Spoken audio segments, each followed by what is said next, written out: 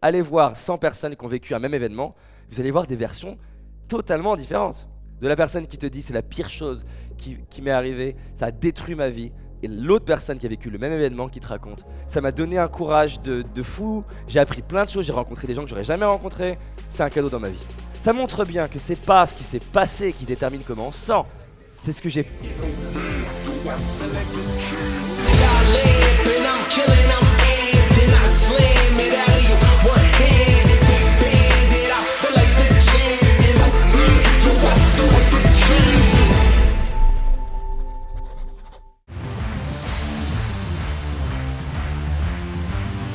Une chercheuse qui était passionnée par la criminologie, qui a voulu faire une expérience sur est-ce qu'on peut induire une mémoire qui n'existe pas, donc pour le coup c'est tout faux, dans la tête de quelqu'un.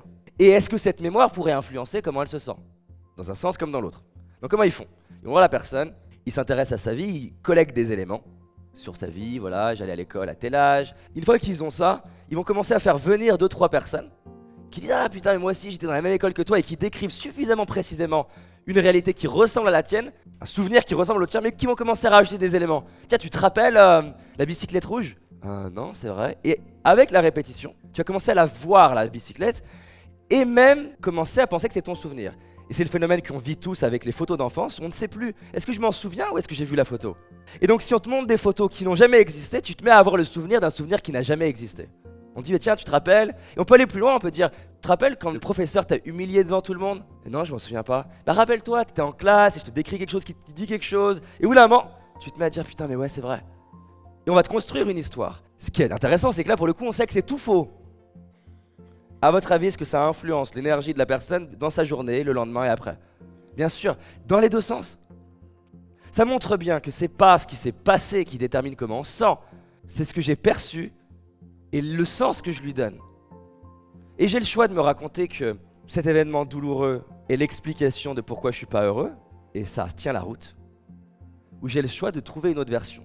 Et ce qui est fascinant, et franchement faites cet exercice, allez voir 100 personnes qui ont vécu un même événement, vous allez voir des versions totalement différentes. De la personne qui te dit c'est la pire chose qui m'est arrivée, ça a détruit ma vie, depuis ce jour-là, j'ai plus confiance en moi.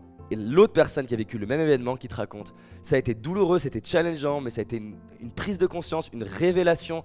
Depuis ce jour-là, j'ai réalisé tous les endroits où je me mentais, ça m'a donné un courage de fou, j'ai appris plein de choses, j'ai rencontré des gens que j'aurais jamais rencontrés, c'est un cadeau dans ma vie. Même événement.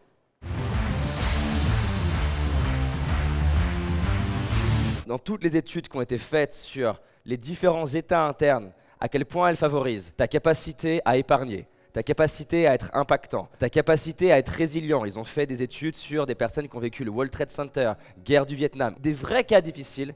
Sur plus de 300 études, ils montrent que la gratitude, c'est un facteur prédictible de performance, de bien-être, qualité de sommeil, régulation du système sanguin, qui se rendent compte que les couples qui expriment plus facilement de la gratitude l'un pour l'autre, et même envers eux-mêmes, tiennent plus longtemps, sentent mieux, s'expriment mieux, que les managers qui sont capables d'avoir de la gratitude pour leurs équipes, embarquent plus facilement leurs équipes. Je vous l'ai fait en version courte, c'est un truc de malade, le nombre d'études qu'il y a sur le pouvoir de la gratitude. Au moment où la personne connecte à de la gratitude, qu'on va définir du coup ensemble, la gratitude n'est pas ce truc de « Ah oui, je vois 2-3 cadeaux ».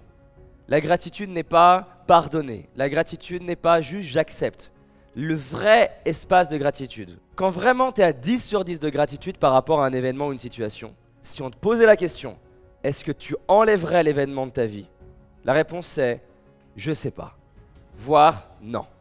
S'il reste ne serait-ce qu'une petite partie de toi de « Ouais, mais ça aurait été quand même mieux que je ne sois pas licencié, ça aurait été quand même mieux », X ou Y, c'est que potentiellement, on a changé le ratio d'ingratitude-gratitude, on s'approche, mais on n'a pas atteint la symétrie. Le moment où tu n'es pas dans la pensée positive, qui veut te faire ne pas voir tout ce qu'elle n'est pas, on est dans une pensée qui est complète. C'est-à-dire j'arrive à voir les choses de manière objective. Et c'est quoi l'idée d'objectivité? C'est vraiment cette idée de je vois les deux côtés de la pièce. Ce que je gagne, ce que je perds, ce qui est agréable, ce qui est désagréable. J'arrive à voir qu'effectivement, avoir été trompé, ça a été difficile, ça a été un challenge, je l'ai mal vécu. Ça, on n'est pas en train de nier la douleur. On n'est pas dans le déni de la douleur. On n'est pas dans nier le fait que quelqu'un qui puisse être licencié en souffre. On n'est pas en train de nier que quelqu'un qui a vécu un viol en souffre. Pas du tout. Et donc cette partie-là de l'histoire, on ne va pas la toucher. Par contre, ce qu'on ne remarque pas souvent, c'est les répercussions d'un événement difficile et toutes les choses qui se créent grâce à cet événement, et je précise bien le mot grâce à cet événement, qui ne se seraient pas créées sans ça.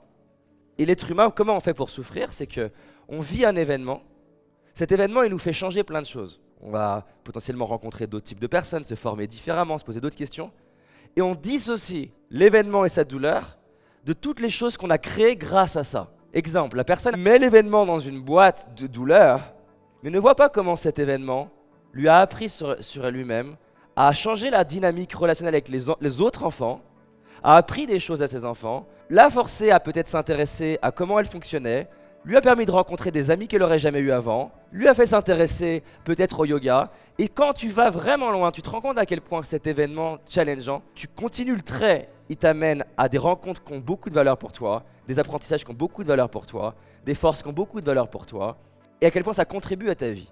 On n'est pas en train de dire qu'il n'y a pas eu un challenge. On est en train de voir l'autre côté de la pièce.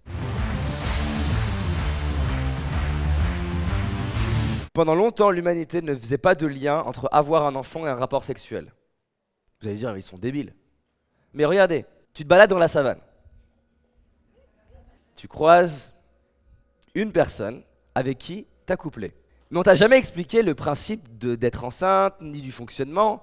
Il faut comprendre un truc. Déjà, est-ce que tout rapport sexuel implique forcément une grossesse? Non, donc c'est pas à chaque fois. Donc toi, tu t'es fait plaisir et tu vis ta vie. 9 mois plus tard, mais sauf qu'il savait du temps quand même quand t'as pas expliqué le truc, t'as quelqu'un qui tombe enceinte. Et pour arriver à relier les deux points, en disant il y a un lien entre ce que j'ai fait il y a 9 mois, qui a duré 7 minutes, et le fait que cette personne soit enceinte, entre-temps elle a vécu tellement de choses qui pourraient expliquer, que ça nous paraît hyper fou d'imaginer ça. Mais pendant longtemps, l'humanité ne faisait aucun lien entre rapport sexuel et le fait d'être enceinte. C'était un truc divin, parce que j'avais pas d'explication. Aujourd'hui, ça te paraît basique, tu connectes les deux points. Mais du même ordre, l'être humain, il fait ça. Il vit un événement difficile. Par exemple, la personne me dit « Ma mère était très peu présente à la maison. Je lui en veux, je vis mal ce truc-là. Et j'aurais été beaucoup plus heureuse dans mon enfance si elle avait été plus présente. » Donc ça, c'est sa vision des choses. On met le sujet d'à côté. Je dis « Ok, c'est quoi les forces que t'aimes chez toi ?» J'aime ma capacité à gérer des situations. J'aime le fait que dans des situations où les gens sont perdus, je sois présente. J'aime ma capacité à rester calme. Mais exactement comme cet être humain qui ne fait pas le rapport entre avoir eu un rapport sexuel et le fait qu'il y ait un enfant, elle ne fait pas le rapport entre le fait que s'il n'y avait pas cette enfance-là, elle ne développait pas ses forces. Et vu que je dissocie les événements, je dis « Ah oui, j'ai de la gratitude pour ça. » Et ça, c'est chiant. Mais ce que je ne comprends pas, c'est que si j'enlève ça, j'enlève ça. Hein. Et c'est au moment, et vraiment en termes de neurosciences, c'est au moment où tu es capable de connecter les deux points et voir qu'ils sont inséparables, que tu accèdes vraiment à la gratitude. Tant qu'il y a une petite partie de toi qui est en mode « Ouais, mais ça aurait été mieux sans », c'est que tu vois pas tout ce qui s'est créé dans ta vie grâce à ça. Maintenant, vous allez avoir l'amygdale qui va essayer de revenir dans « Oui, mais non, moi c'est différent, David ne connaît pas mon histoire, non mais moi c'est pas pareil ». Juste pour vous rassurer, des gens qui m'ont dit « Moi c'est pas pareil », c'est la majorité. Et toutes ces personnes-là, on les a amenées avec les coachs ou moi jusqu'à se rendre compte, en fait c'est beaucoup plus beau que j'imaginais. Et c'est vraiment ça l'objectif, pas l'intellectualiser, mais qu'on aille le découvrir ensemble. La gratitude, quand on regarde quelqu'un qui a son cerveau, quand on scanne son cerveau et qui est dans la gratitude, étonnamment ou pas, quelle partie du cerveau est plus en activité? Le lobe préfrontal. Donc je vous disais tout à l'heure, 3 manières d'accéder plus à la partie visionnaire, stratégique, créatif, organisée, planifiée, intuitive. Première manière, on a vu le corps. Respirer, yoga, se redresser, bouger. Ça marche tout le temps. Deuxième manière, être capable de justement transcender la perception qu'il y a un danger. Parce que tant que je perçois que quelque chose aurait été mieux sans, ça veut dire que je perçois qu'il m'a généré plus de problèmes, plus d'inconvénients et plus de souffrances de ma vie que de plaisir. Mais pour ça, ça demande de lâcher le fantasme que si tu avais eu une autre vie, ça serait mieux alors que tu ne connais pas cette autre vie.